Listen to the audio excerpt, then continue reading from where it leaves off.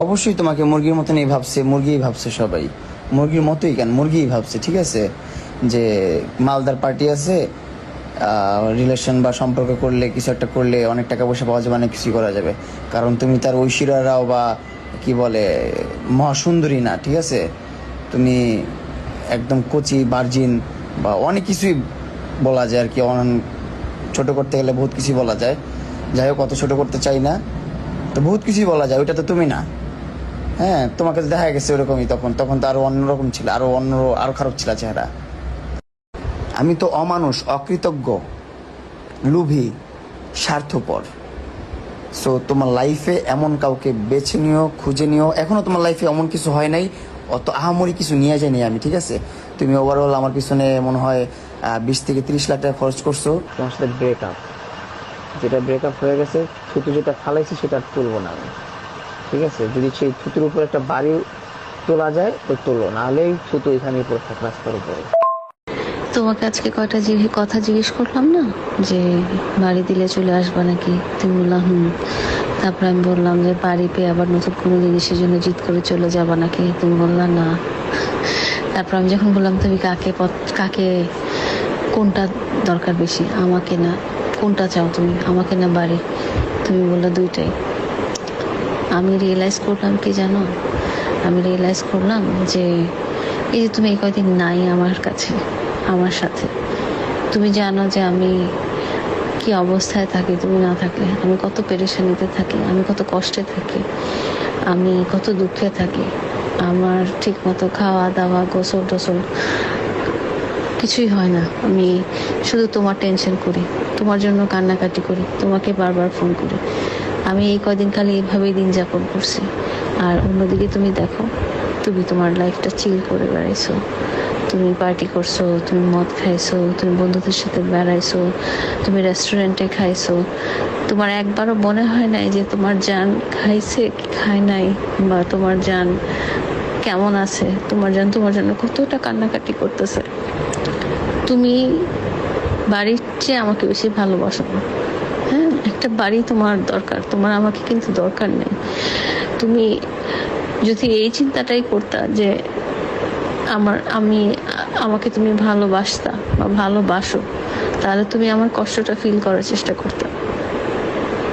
তুমি যদি আমাকে রিয়েল লাভ করতা বা রিয়েল লাভ করো যদি, তাহলে তুমি আমাকে জানো যে তোমাকে না দেখতে পারে আমি ঘুমাইতে পারি না, আমি কিছুই করতে পারি না। এবং তুমি এই জিনিসটাও জানো যে তুমি ছাড়া আমার ওয়ার্ল্ডে কেউ নাই।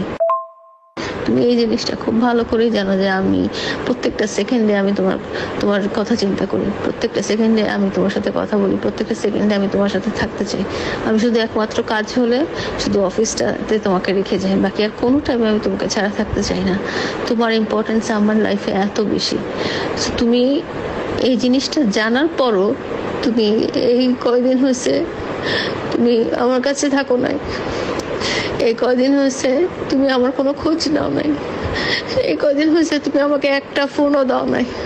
তো আমি কিভাবে বিশ্বাস করব যে বাড়িটা নিয়ে তুমি আমাকে ভালোবাসবা? আমি কিভাবে বিশ্বাস করবো যে বাড়িটা নিয়েও তুমি আমার সাথে? এটাই তো ওদের মেইন কথা ছিল।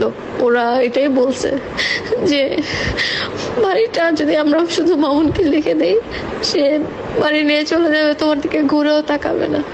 তো এখন ওইটাই হলো, মানে তুমি ওইটাই প্রুফ করলা যে আসলে আমি তোমার লাইফে আমার কোনো এক্সিস্টেন্স নাই। আমি যদি আজকে তোমাকে একটা বাড়ি দিই, তুমি জাস্ট বাড়ি নিয়ে চলে যাবা, আমার জন্য ভাবার তোমার কোনো টাইম থাকবে না, কোনো অবকাশ থাকবে না। আমি তোমার লাইফে কোনো ম্যাটার করি না। আমি বেঁচে আছি কি আমি মরে গেছি, আমি তোমার জন্য কতটা কষ্ট পাচ্ছি, কোনোটাই তোমার জন্য ম্যাটার করে না। ভালোবাসার মানুষ যদি আমি তোমার হয়ে থাকতাম, 3 বছরে তুমি বুঝতে পারতে এতটুকু যে আমি প্রত্যেকটা সেকেন্ডে তোমাকে ছাড়া কতটা কষ্টে আছি। তুমি আমাকে আমার একটা খোঁজও নাও নাই। তুমি মানুষদের সাথে চিল করে বেড়াইছো, আমার ফোন ধরো নাই, আমাকে ফোন করো তো দূরের কথা। তারপরে তুমি মেয়েদেরকে দিয়ে ফোন ধরাইছো, তুমি আমাকে আরো পেরেশানি দেওয়ার জন্য তুমি বলছো যে মেয়েদের সাথে তুমি সেক্স করতেছো, তুমি হোটেল রুমে আসো, তুমি আমার পেরেশানি আরো আরো দিছো। এটা এটা আমার জন্য কোনো ভালোবাসা না। ভালোবাসার মানুষকে এইভাবে কষ্ট দেওয়া যায় না। আমি আজ পর্যন্ত তুমি যেটা চাইছো, আমার সাধ্যের মধ্যে যেটা ছিল আমি সেটাই দিছি, তোমাকে সবচেয়ে আরামে রাখার চেষ্টা করছি। আমি তোমাকে রিয়েল ভালোবাসি, তুমি আমাকে রিয়েল ভালোবাসো নাই, তুমি একটা বাড়ি চাইছো। এই জন্য এখনো যখন বললাম যে বাড়ি দিলে তুমি কি চলে আসবা, তুমি বলো নাই আমি তোমার জন্য আসবো, তুমি একটা বাড়ির জন্য আসবা।